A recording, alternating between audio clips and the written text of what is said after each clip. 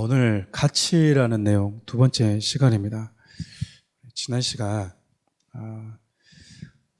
가치에 대해서 첫 번째 우리 아담에 대해서 함께 살펴보았었죠. 두 번째 가치란 책에 등장하는 인물 아벨에 대해서 함께 살펴보려고 합니다.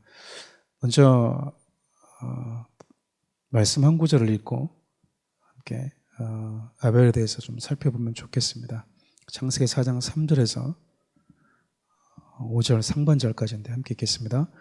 세월이 지난 후에 가인은 땅의 소산으로 제물을 삼아 여호와께 드렸고 아벨은 자기도 양의 첫 새끼와 그 기름으로 드렸더니 여호와께서 아벨과 그의 제물은 받으셨으나 가인과 그의 제물은 받지 아니하신지라. 아멘. 성경을 보면 성경이 그냥 쓰여진 것도 아니지만 성경이 배열되어져 있는 것, 그러니까 사건의 순서라고 그러죠. 하나님께서 그 순서 하나하나에도 분명한 목적과 의도를 가지고 좀 배열했다라고 믿고 있습니다. 하나님께서 아담과 하와가 범죄한 이후에 그들을 에덴에서 쫓아내버리시죠. 아담과 하와가 에덴에서 쫓겨난 이후에 뭘 했는지 성경은 기록해 놓지를 않습니다. 구체적으로 그들이 어떻게 살았고 생활 풍습이 어땠는지. 그러니까 어떻게 보면 인류는 그것이 궁금하잖아요. 무슨 그릇을 썼는지, 어떤 도구를 썼는지. 이 사람들은 어떤 문화를 이루면서 살았는지 그게 되게 궁금해하잖아요. 그래서 유물들이 발견되면 엄청나게 그 사람들이 중요한 가치로 여깁니다. 그런데 성경은 그때 당시 사람들이 어떤 도구를 가지고 살았고 그들이 어떤 문화를 이루며 살았는지 보다 더 중요하게 여기는 가치에 대해서 말씀하시는데 그것이 하나님과 관계성에 있어서 그들이 어떤 존재가 되었는가, 거기에 더 의미를 많이 두십니다. 특별히 우리가 성경을 보면 아담 때부터 이 사람들이 대부분 900세 이상을 살잖아요. 정말 긴 시간들을 살았는데도 불구하고 그 오랜 시간 동안 얼마나 많은 일들이 있었겠어요. 얼마나 다양한 사건들이 있었겠어요. 그런데도 불구하고 하나님은 그들의 일생 속에서 그들이 경험했던 또 그들이 겪었던 수많은 이야기를 다 기록하지 않고 어떤 특정한 한두 가지의 사건만을 기록해서 우리에게 들려주고 있다는 겁니다. 그럼 하나님께서 아벨을 통해서 우리에게 들려주고자 했던 가장 중요한 가치 메시지가 무엇일까? 저는 단연 예배라고 믿고 있습니다. 하나님께서 인간을 창조하시고 인간이 범죄한 이후에 에덴 동산에 쫓겨나게 되고 에덴 동산에서 추방당한 이후에 아담이 한 일이라곤 첫 번째 아들이었던 가인 그리고 아벨 이 두 아들이 등장을 하죠. 그 이외에 수많은 자녀들 낳지 않았겠습니까? 그런데도 불구하고 성경은 아담이 얼마나 많은 자녀를 낳았는지도 기록하지 않아요. 자꾸 이제 우리가 이것을 가지고 막 궁금해하는데 성경은 우리 어떤 궁금증, 호기심을 충족시켜주기 위해서 쓰는 게 아니에요. 그러니까 족보책도 아닌 거죠. 일일이 아담이 낳은 자녀들이 몇 살이었는지 그가 어떻게 살다가 죽었는지 일일이 다 기록할 이유가 없는 거죠. 특별히 아담과 하와 사이에서 낳은 이 아들 성경 딱 3명만 기록하잖아요. 가인, 아벨, 셋. 여러분 근데 가인과 아벨이 태어나서 이들이 했던 첫 번째 사건이 성경에 기록되어져 있는데 그것이 바로 예배였습니다. 예배. 그들이 드렸던 예배. 그러니까 성경이 범죄하기 이전에 아담과 하와가 에덴에서 누렸던 그 아름다움과 그 풍성한 그 하나님과의 관계가 상실된 이후에 에덴에서 쫓겨나게 되었고 에덴에서 쫓겨난 이후 가장 먼저 언급된 사건이 가인과 아벨이 하나님께 제사 지내는 사건이었다라는 거예요. 제사 예배를 의미하죠.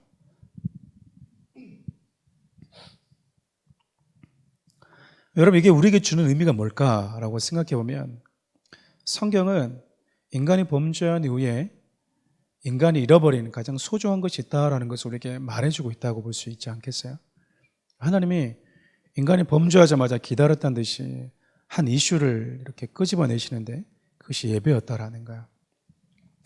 여러분, 가인과 아벨이 드리는 이 예배가 우리에게 주는 몇 가지 메시지가 있습니다. 좀 그것을 조금 짚어보고 예배에 대해서 좀 더 구체적으로 나누는 게 좋을 것 같아요. 가인과 아벨의 예배가 주는 첫 번째 메시지가 뭘까요?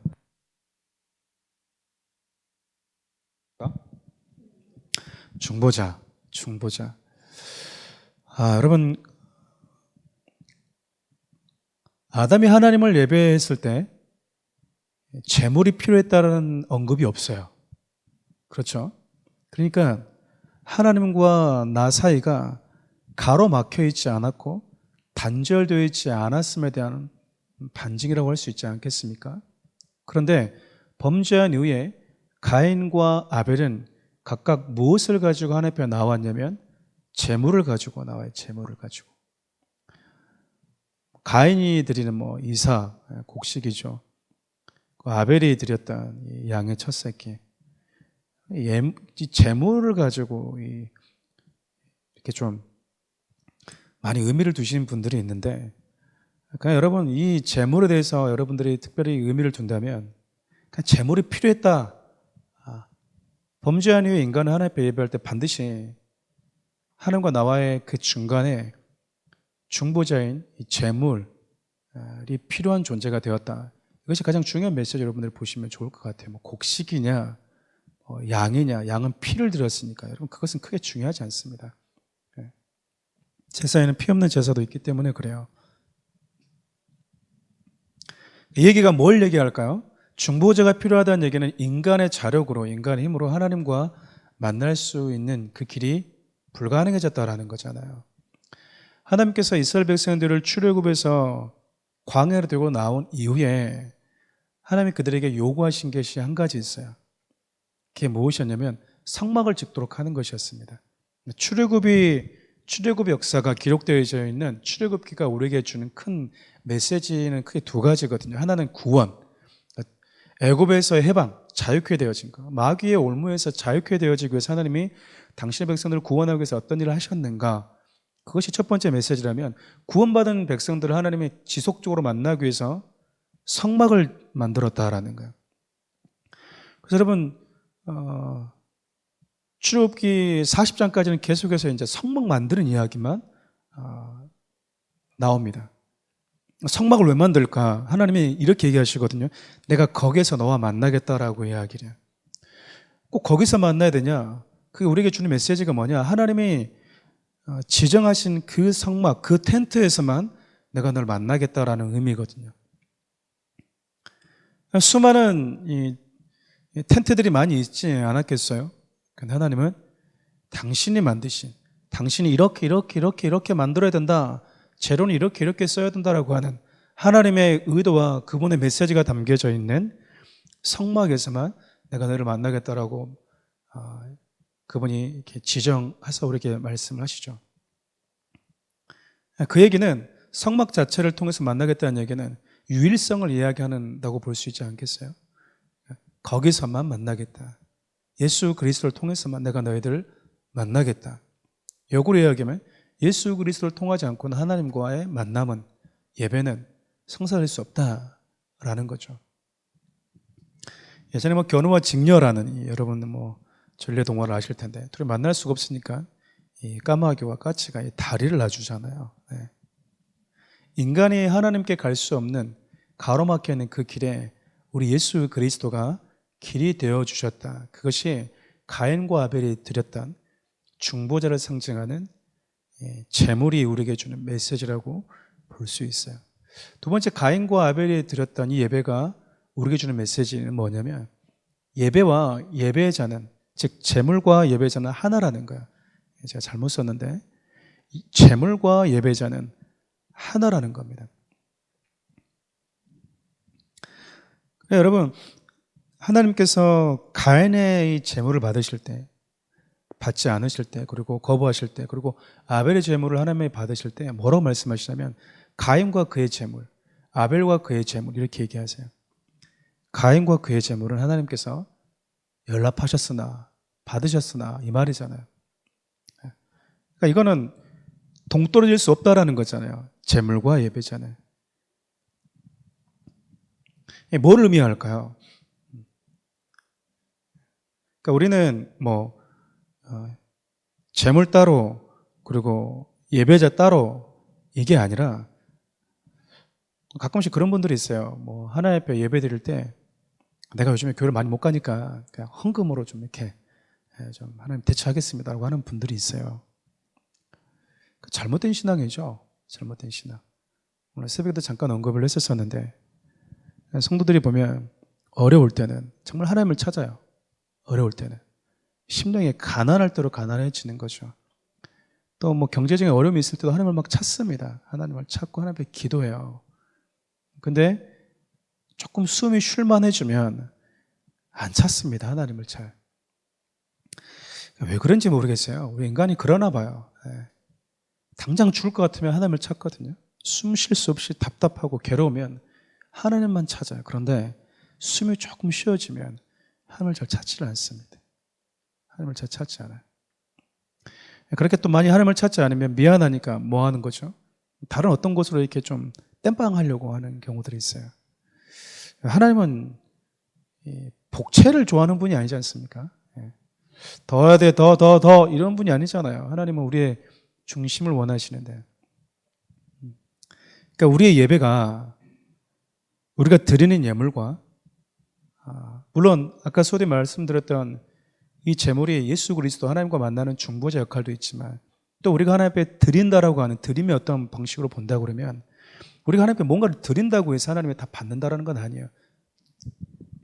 왜냐하면 예배자와 제물은 하나가 되기 때문에 그렇습니다. 그럼 가인과 아벨의 예배가 우리가 주는 세 번째 메시지가 바로 그거예요. 하나님이 기뻐 받으시는 예배가 있지만 하나님이 받지 않으시는 예배도 있다라는 거예요. 우리는 예배는 하나님이 다 받아야 된다고 생각을 하죠. 그렇지 않습니다. 하나님은요, 우리가 드리는 예배를 받지 않을 수도 있어요. 우리가 드리는 예배를 하나님이 받으실 수도 있지만 받지 않을 수도 있다. 그러면 하나님이 받으시는 예배가 무엇이고 하나님이 받지 않으시는 예배가 무엇인지 우리는 이제 여기 집중해야 될 거 아니겠어요? 왜 하나님이 가인의 예배를 받지 않았을까? 우리 히브리서 11장 4절 말씀 함께 읽어볼까요? 믿음으로 아벨은 가인보다 더 나은 제사를 하나님께 드림으로 의로운 자라시는 증거를 얻었으니 하나님이 그 예물에 대하여 증언하심이라. 그가 죽었으나 그 믿음으로써 지금도 말하느니라. 우리 요한일서 3장 12절 상관절도 함께 읽어볼까요? 가인같이 하지 말라. 그는 악한 자에게 속하여. 여러분, 가인이 드렸던 예배와 아벨이 드렸던 예배의 차이가 뭐냐면요, 그 두 가지입니다. 하나는 믿음으로 드렸다 와요. 어디에 속해서 드렸냐라는 거예요. 그러니까 여기서 말하는 믿음 어떤 신념이 아니라 행위, 즉 삶이라고 보시는 게 가장 맞아요. 액션. 그러니까 여기서 보이는 예배라는 것은 아벨이 가인보다 더 나은 예배를 드렸다, 그 말은 그의 삶은 늘 하나님 보시기에 믿음의 삶이었다라는 거예요. 믿음의 삶. 그러니까 삶이 결여된 예배는 하나님이 받지 않으실 수 있다는 것 아니겠습니까?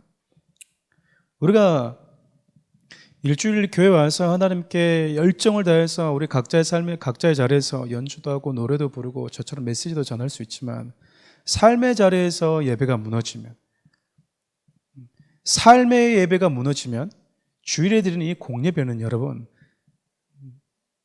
하나님 받지 않을 수 있다는 거 아니겠습니까? 나아가서 우리 삶의 예배가 하나님께 드려지는, 주일에 드려지는 그 예배보다 덜 특별하다고 볼 수 없다라는 거야. 모든 예배는 특별한데 우리 삶이 하나님 말씀 가운데 속해 있지 않는 삶, 하나님과 상관없는 삶을 살아가면서 형식적으로 드리는 예배는 하나님이 받지 않으신다라는 거야. 여러분, 그런데 우리가 성경을, 구약 성경을 특별히 보면 이스라엘 백성들이 자꾸 이 오류에 많이 빠졌었어요. 형식적으로는 예배가 점점 좋아졌어요. 형식적으로는 재물도 흠결이 없고 풍성해졌습니다. 그러니까 상당히 좀 나이스한 예배가 점점 되어져 갔던 거죠. 근데 문제는 뭐냐면 하나님이 그들이 드리는 그 예배를 보고 되게 이렇게 좀 괴로워하셨다라는 거예요. 그 예배를 보고 하나님이 뭐라 말씀하시냐면 재물 나한테 가져오지 마라. 그 예배를 나한테 더 이상 드리지 마라 라고 하나님이 말씀하고 있으니까. 그러니까 예배를 드리면 드릴수록 하나님이 힘드신 거예요. 쉽게 얘기하면. 그것이 예배가 아니면 뭐 그럴 수 있겠으나 예배라고 하니까, 예배라고 하면서 앉아있고 예배라고 하면서 자꾸 드리니까 하나님은 너무 그 예배 자체가 힘이 드는 거죠. 힘이. 예배 드리는 당사자도 힘이 드실 때가 있을 거예요. 근데 여러분, 하나님도요, 우리가 드린 예배에 괴로워하고 힘들어 하실 수 있어요. 우리가 하나님을 예배할 때 뭘 자꾸 놓치냐면, 내가 오늘 정해진 헌금을 가져오고 내가 정해진 시간에 앉아 있으면 예배를 드렸다라고 생각하는 것 같아요. 그것도 필요한 예배지만 더 중요한 예배가 하나님과 나와의 사이에서 이루어지는 일상의 삶에서의 친밀함이 빠져버리게 되면 우리가 브라운관에 나와서 대중 앞에서 연기하는 쇼윈도 부부처럼 살 수 있다는 거예요. 여러분, 연예인들을 이렇게 종종 보시잖아요. 연예인들 또 부부들도 있잖아요. 우리 교회도 연예인들 부부가 있지만 제가 한 다리 건너서 이렇게 들어보면 연예인들 부부들이 참 많이 이렇게 갈등이 많이 적지 않다고 이야기를 해요. 근데 TV에 나온 걸 보면 저 둘이 너무 잘 산다, 너무 사랑하는 것 같다, 너무 좋다, 너무 부럽다라고 우리가 생각을 많이 하잖아요. 보여지는 부분이니까. 그런데 그 방송이 끝나고 네, 컷, 수고하셨습니다 라고 하면 집에 갈 때부터 싸우는 거죠. 누구를 위해서 하냐 그 말이에요. 누구를 위한 관계냐 그 말이죠. 대중들에게는 그렇게 인식이 되어졌어요. 잘 산다, 부러운 부부다라고 했는데 실질적인 삶의 현장에서 둘이는 행복하지가 않아요. 우리가 삶이 결여돼 버린 채 대중 앞에 서서 찬양하고 대중 앞에 서서 메시지를 전하다 보면 여러분, 우리는 진짜 가면 쓴 연기자가 될 수 있다는 것 아니겠습니까? 하나님은 그걸 너무 괴로워하신다라는 거예요. 차라리 대중 앞에 브라운관에 내가 안 설지언정, 대중이 너를 모를지언정 나는 네 둘이 행복했으면 좋겠다는 것 아니겠습니까? 대중들이 보기에 세상 말로 보면 빛 좋은 개살구처럼 좋아 보이는데 실질적인 삶에서는 날마다 다투고 사니 못 사니 이러고 있으면 부모의 마음이 어떨 것 같아요? 우리의 예배가 잘못하다 보면 그래 버릴 수 있다라는 거예요. 형식적으로 내가 괜찮은 옷, 나이스한 모습을 가지고 앉아있을 수 있지만 우리 일상의 삶이 무너져 버리게 되면 가인처럼 하나님이 예배를 받지 않을 수 있어요. 두 번째, 하나님이 가인 예배와 아벨의 예배의 차이, 가인 예배를 받지 않았던 두 번째 차이가 뭐냐면 방금 우리가 요한일서 읽었던 것처럼 가인은 악한 자에게 속했다라고 얘기합니다. 그러니까 그의 삶이 악한 자에게 속해 있는데 때가 되니까 자기의 소사물을 가지고 예배 드리는 거, 하나님께 드리는 거 하나님 기뻐하지 않는다는 거 아니겠습니까? 하나님은 니들이 나한테 뭘 주냐 안 주냐에 보다 네가 어떤 사람이냐, 어디에 속해 있느냐에 더 무게중심을 둔다라는 거잖아요. 네가 어디에 속해 있든지 상관없어. 오늘 와서 나한테 네 소산물 때 되면 나한테 드리는 거 드리면 나 만족해. 그러니까 이것은 하나님의 이방신과 완전히 다르다는 거 아니겠습니까? 그분의 인격을 가지고 있고 우리 자체를 원하시는 분이라는 메시지가 담겨져 있잖아요. 다른 이방신들은 뭐 우리가 어떻게 되든 관심도 없습니다.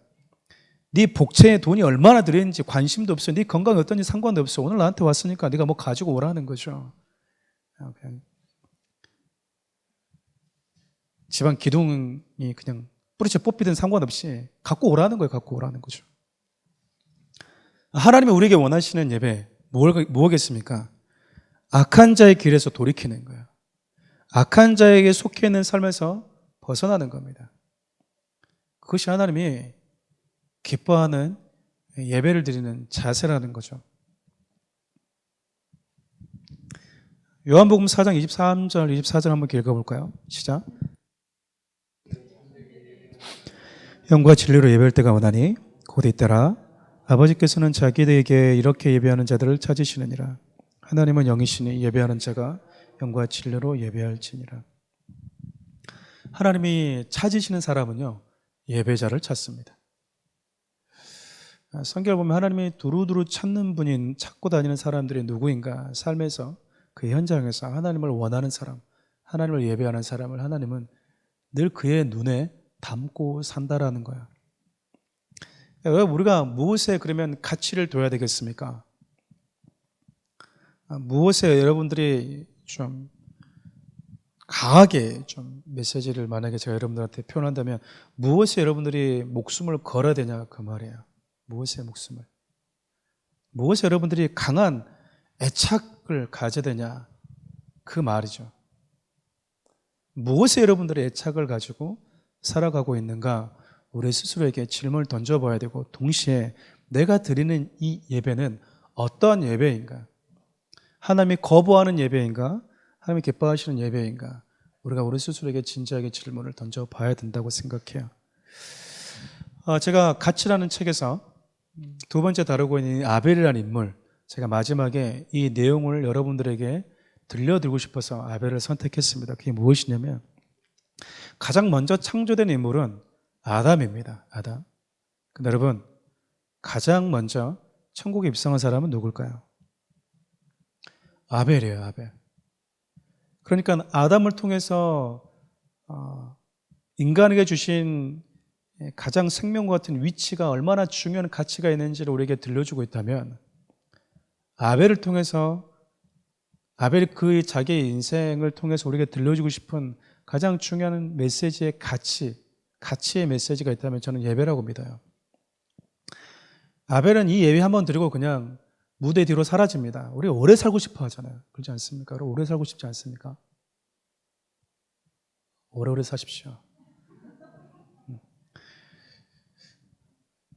천국을 소망한다고 그러면서도 제가 적당히 사셨으니까 이제 주나라 가셔야죠. 이렇게 얘기하면 기분 나빠요. 이렇게 병들어가지고 이렇게 힘들어 있는 성도들이 이렇게 기도하잖아요. 그러면 제 마음에 하나님이 이번 달 안으로 데려가시겠다라는 마음이 있어요. 근데 제가, 성도님,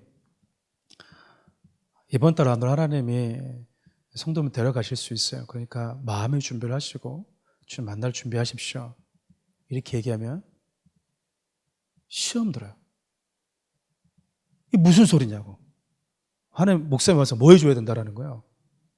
강건해질지어다, 회복될지어다, 살아날지어다, 당장 하나님 내일 툴툴 털고 일어나게 주옵소서, 이렇게 기도해 주기를 바라지, 권사님 준비하십시오라고 말하면 불쾌해요.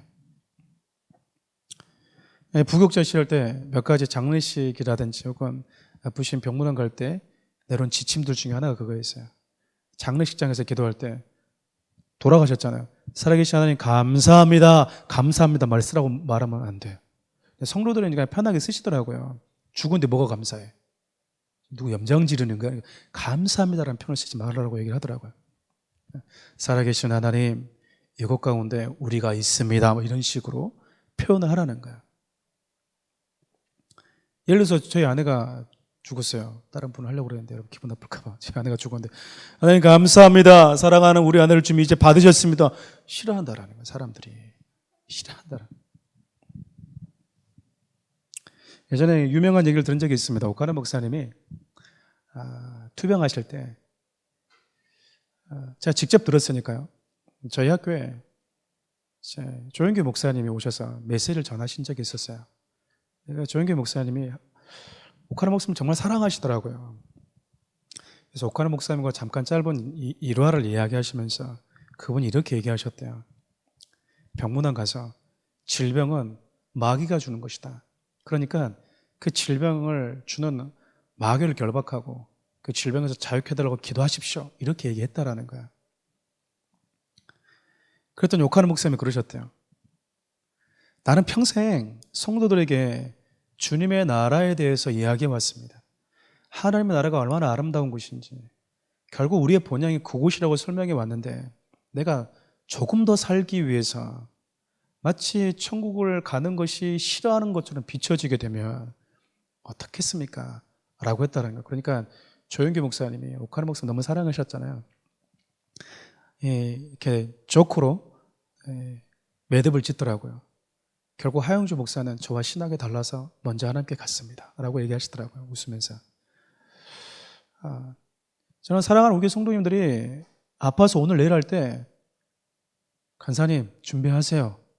네, 이래야지. 눈이 번쩍번쩍 거려야지. 어떻게 나한테 네가.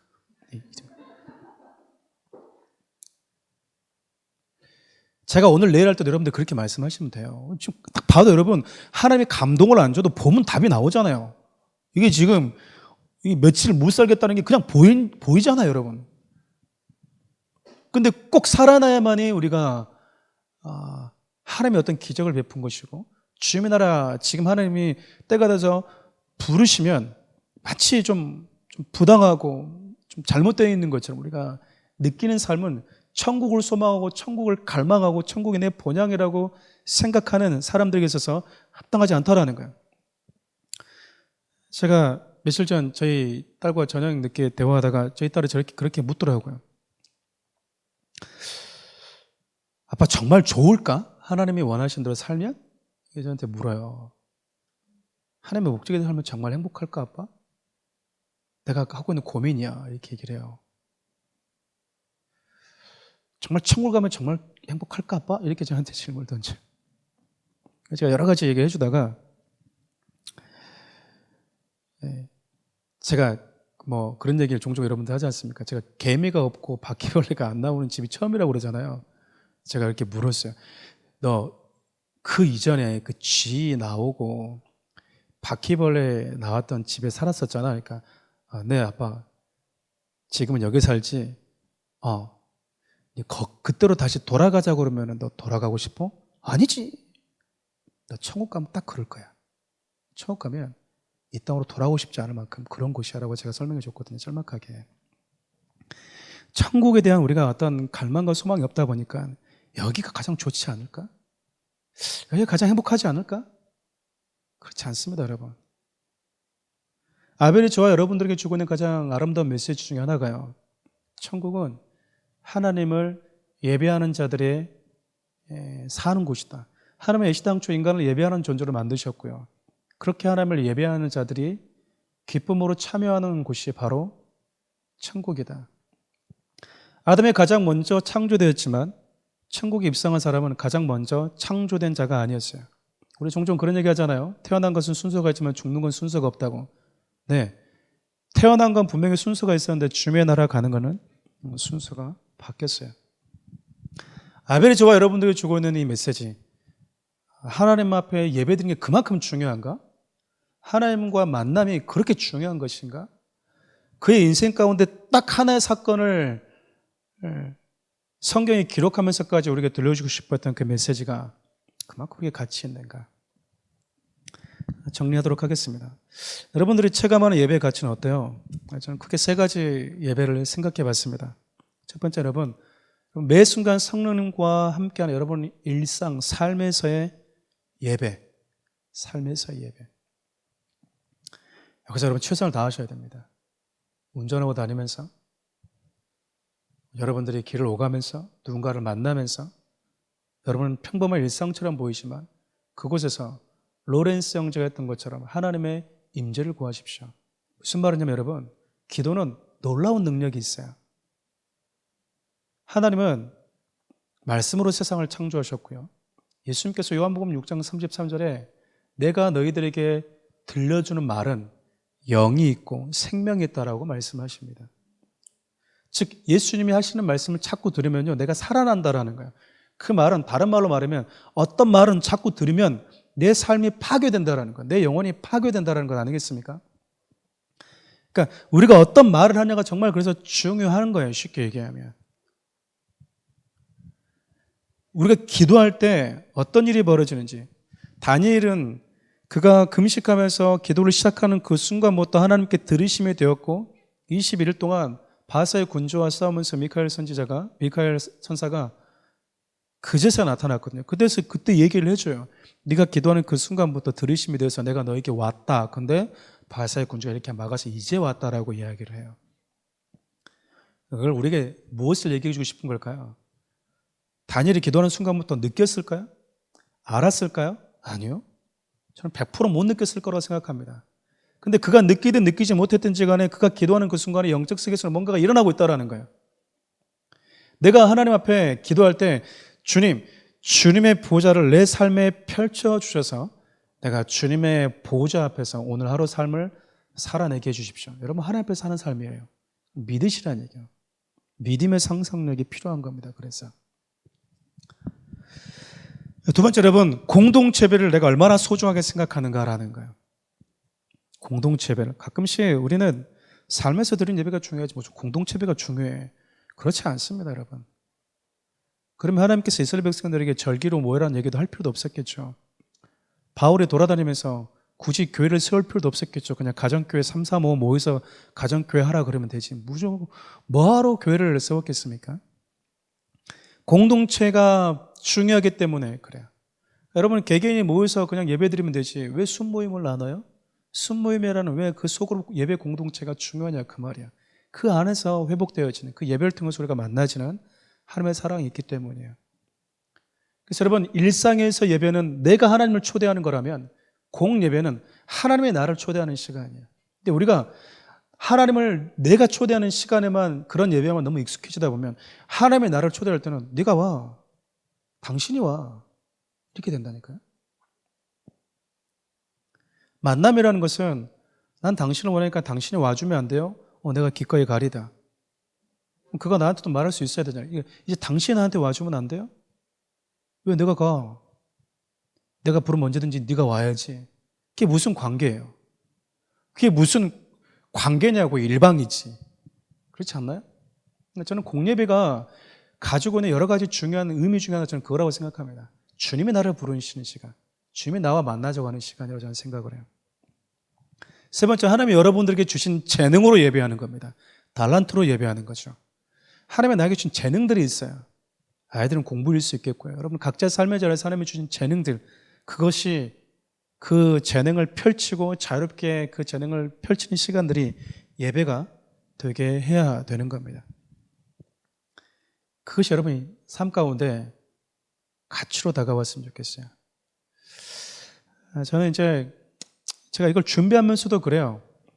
내 스스로에게 물어보고 성도들에게도 똑같은 제 안에 질문이 있어요. 아벨은 자기 인생을 통틀어서 예배 한번 드리다가 인생 끝난 거잖아요. 예배 한번 제대로 드렸다가 예배는 이렇게 드리는 것이야 라고 그 메시지 한번 우리에게 목숨을 담보로 들려주고 무대 위로 그냥 사라진 존재잖아요.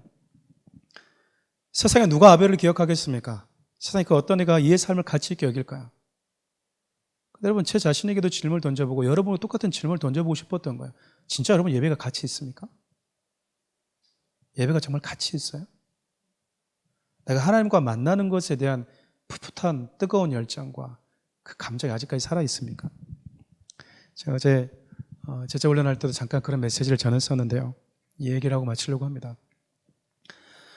설교의 왕이라고 불리는 목사님이 한 분 계셨어요. 스펄전 목사님이신데, 스펄전 목사님이 하루는 설교를 마치고 와서 자기 서재실에서 너무 시무룩해 있는 거죠.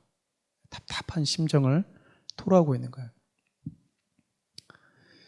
아내가 들어와서 물어보는 거죠. 당신은 설교를 끝나고 왔는데 얼굴이 왜 그래요? 라고 물어보는 거야.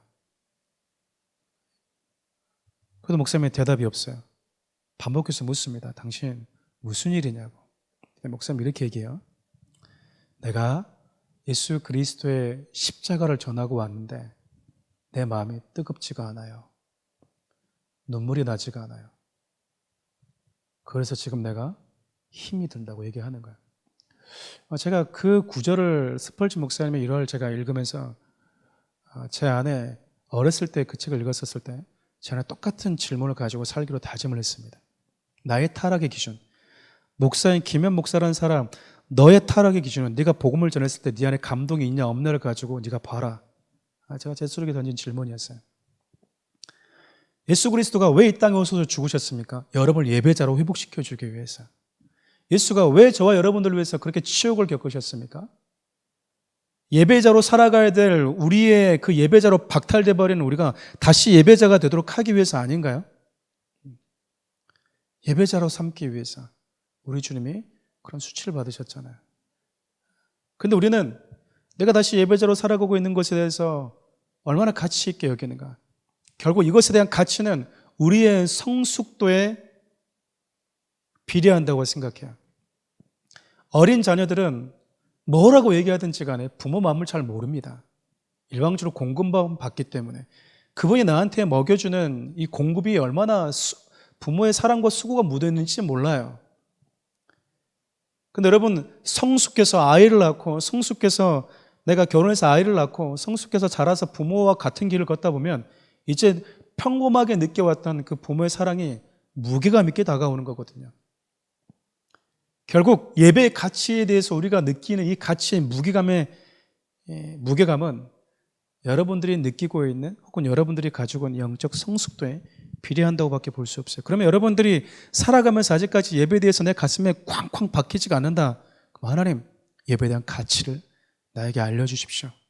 예배에 대한 소중함을 나에게 일깨우십시오라고 여러분 기도하면서 가야 될 필요성이 있다라는 거예요. 함께 우리 기도하면 좋겠습니다.